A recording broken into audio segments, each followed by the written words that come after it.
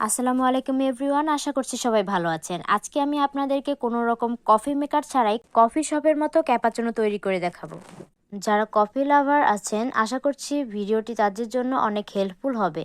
তো চলুন শুরু করা যাক। প্রথমেই আমি একটি মগের মধ্যে 1 চা চামচ কফি নিচ্ছি।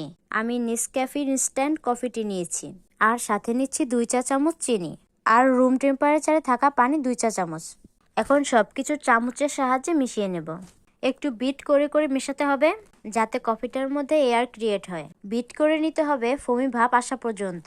এটা একটু সময় নিয়ে করতে হবে পারফেক্ট ফোমি ভাব আসার জন্য। দেখতেই পাচ্ছেন আমার কফিটা অনবরত নাড়ার কারণে এর মধ্যে ফোমি টেক্সচার চলে এসেছে। আপনারা এই পর্যায়ে কফিটাকে নর্মাল ফ্রিজে 1 সপ্তাহের জন্য সংরক্ষণ করতে পারবেন। খেয়াল রাখবেন যেন এর মধ্যে কোনো লিকুইডি ভাব না থাকে, তাহলে আবার ফোমটা দেবে যাবে। এখন দুধ জাল করে নিয়ে হিটপ্রুফ কোনো বোতল বা জারে ঢেলে নিব। এই বোতলটাকে খুব ভালোভাবে ঝাঁকিয়ে নেব, এতে করে দুধে কিছুটা ফোম তৈরি হবে।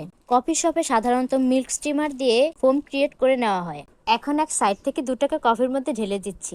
দেখতেই পাচ্ছেন ফোমটা উপরে ভেসে উঠছে। চকলেট সিরাপ দিয়ে একটু ডিজাইন করে নিচ্ছি দেখার সৌন্দর্যের জন্য। তৈরি হয়ে গেল কফি শপ স্টাইলে ক্যাপাচিনো। আশা করছি আজকের ভিডিওটি ভালো লেগেছে। ভালো লাগলে অবশ্যই একটি লাইক করবেন আর চ্যানেলটিকে সাবস্ক্রাইব করে পাশেই থাকবেন।